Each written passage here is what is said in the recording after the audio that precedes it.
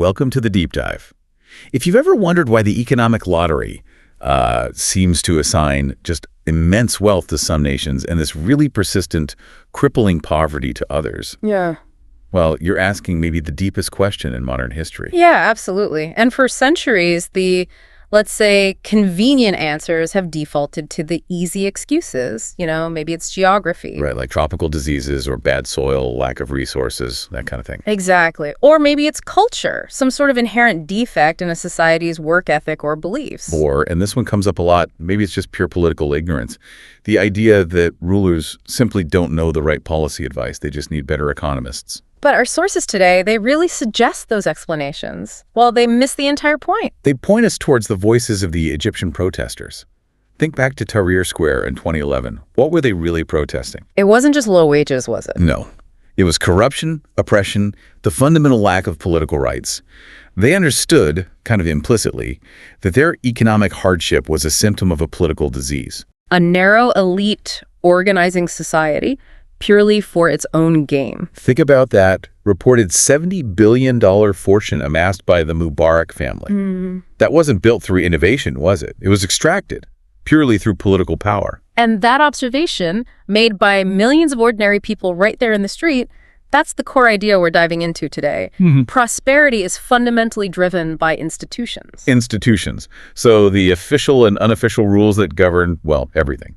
Economics and politics. Exactly. And our mission today is to unpack these rules. You know, how are they established? Why do they stick around? And how do they end up determining the fate of billions? And maybe the fastest way to really get a handle on this idea is to look at a single city literally cut in half. Nogales. Nogales. Yeah. It's such a perfect, stark contrast. It's one culture, shared ancestry, same language mostly. Yeah. But divided by a simple border fence. On the north side, Nogales, Arizona. People operate under U.S. political and economic systems. You've got an average household income, around $30,000, protections for property, investment. Right. But then you cross that line, just walk a few feet into Nogales, Sonora, and bam, you're in a completely different world. A world shaped by radically different political incentives, where property rights are shaky, corruption's a big problem, opportunities are just scarce. That border is the difference. The fundamental divergence isn't geographical. It's not cultural. It's institutional.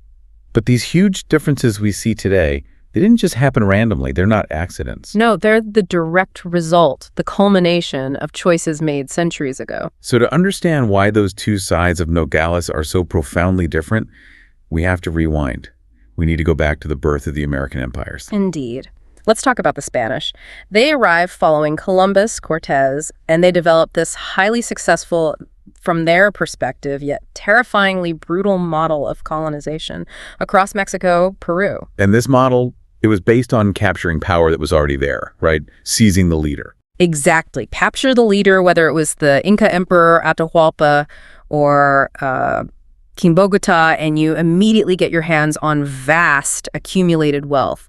Gold, silver, jewels. But seizing the gold, that was just phase one, wasn't it? Right. Phase two was institutionalizing forced labor, making it the system. Through things like the encomienda. Yes, the encomienda, which essentially enslaved indigenous populations to the conquistadors, demanding tribute, demanding labor. And the Mita system, too. I remember reading about that. Oh, the Mita was maybe the most brutal adaptation. The Spanish repurposed this old Inca labor draft specifically to supply the massive workforce needed for the silver mines, especially places like Potosi. Potosi. El Cerro Rico, the rich hill. That's the one. And when you look closely at these systems, the encomienda, the Mita, the repartimiento later on, the goal was crystal clear. Extract everything. Extract everything possible. These systems were engineered quite deliberately to push the living standards of the indigenous population down to just sheer subsistence level. And all the surplus wealth. Channeled straight to the Spanish crown and the new colonial elite. That approach, it generated, well, huge initial returns.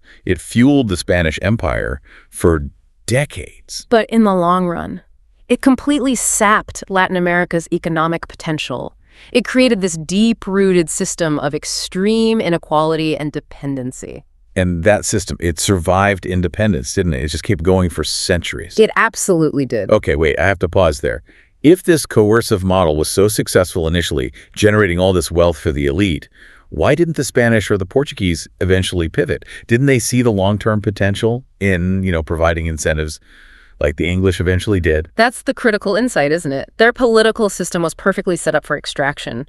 Why would the elite risk the short-term guaranteed profits of forced labor for the slow, messy, and potentially politically destabilizing path of innovation and investment? The incentives just weren't there for them to change. Which brings us nicely to the English in Jamestown. Starting around 1607, they were latecomers. They settled areas they kind of saw as the leftovers. Right.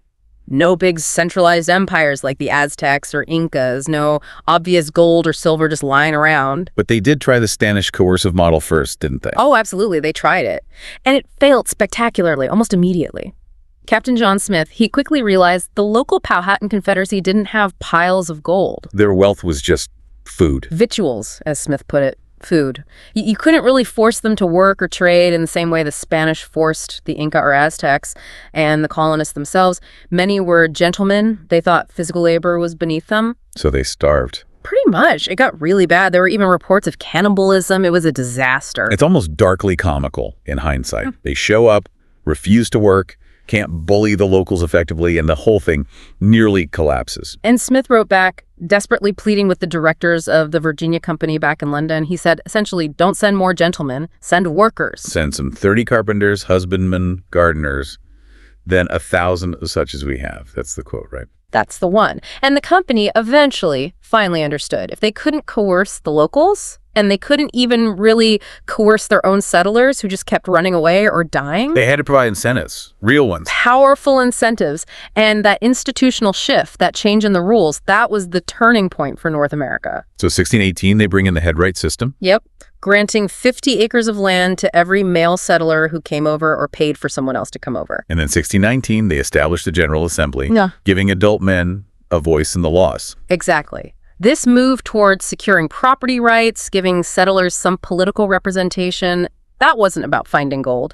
That is what truly launched North American economic growth. The transition from coercion to incentive, it made all the difference. All of the difference. Okay, so the story of Jamestown versus Potosi gives us a really clear picture.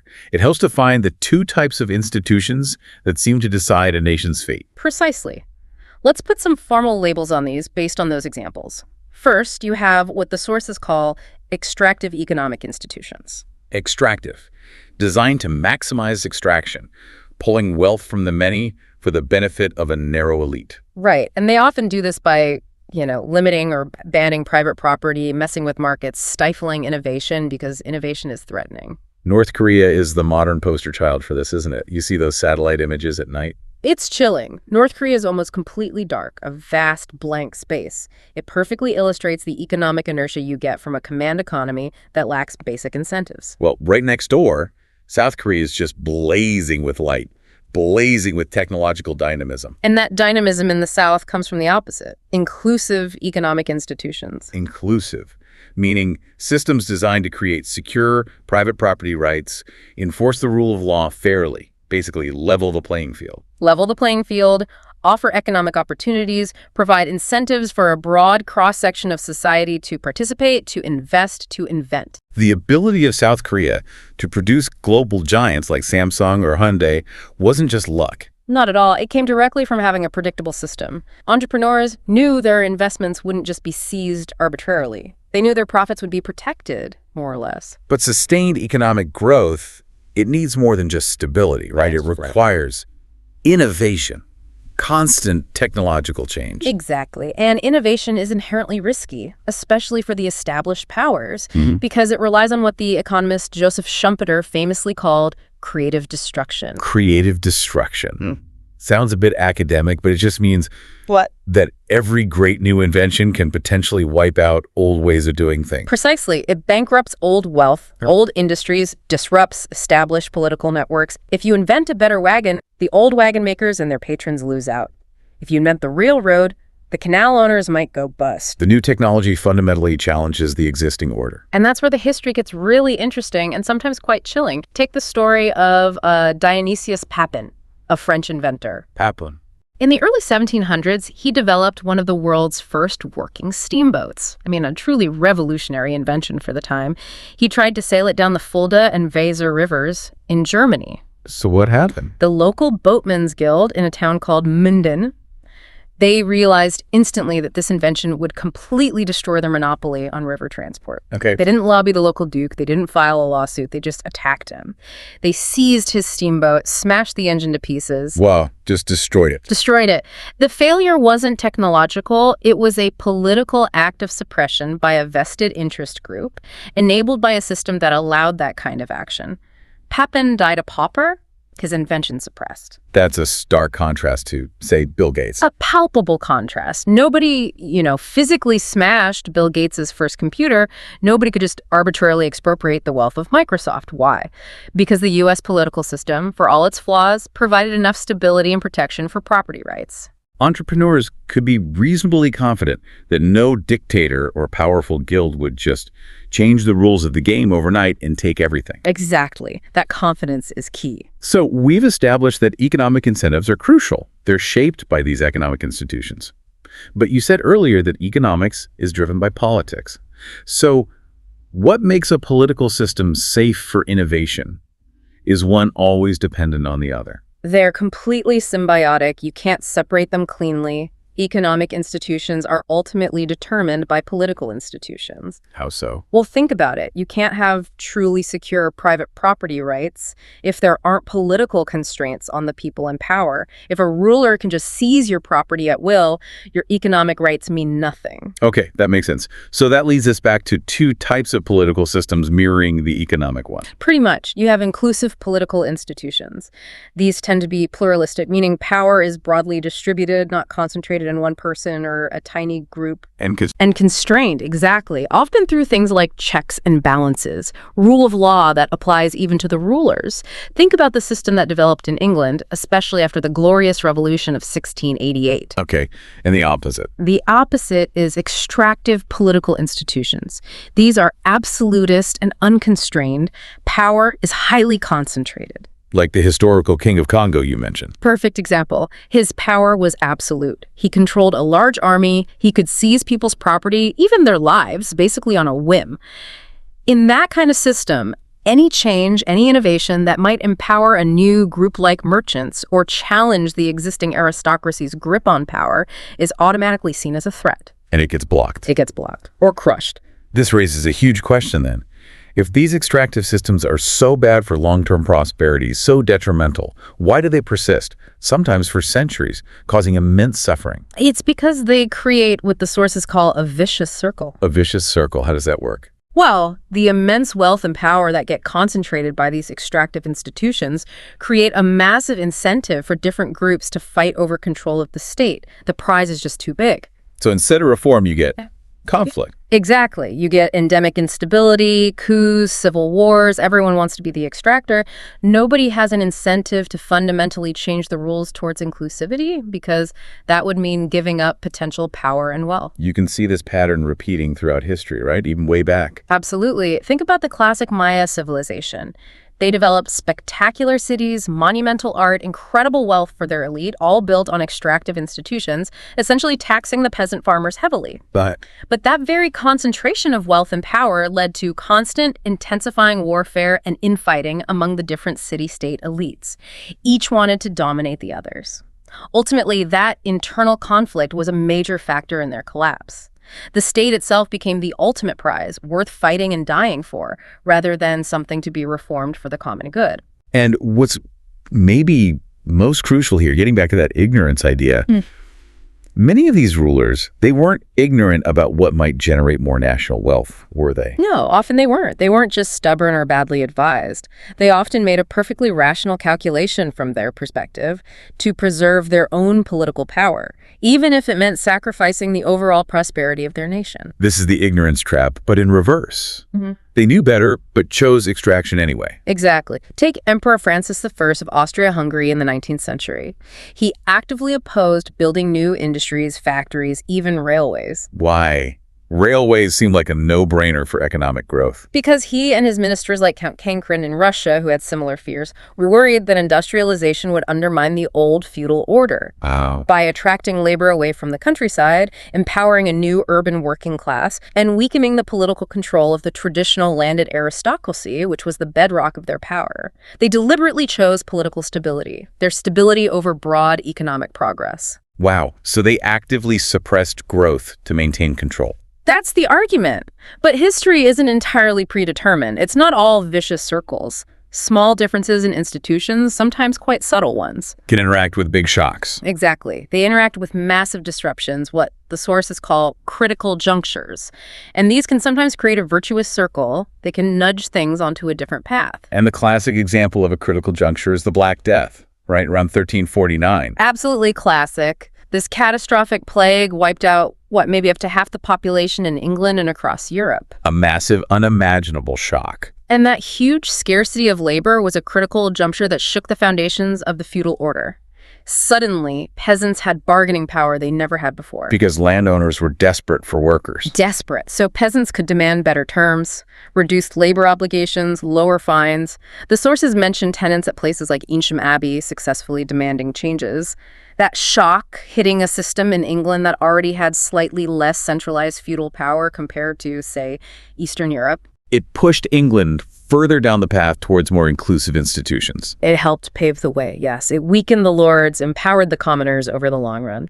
And speaking of those pre-existing differences, you mentioned England's parliament.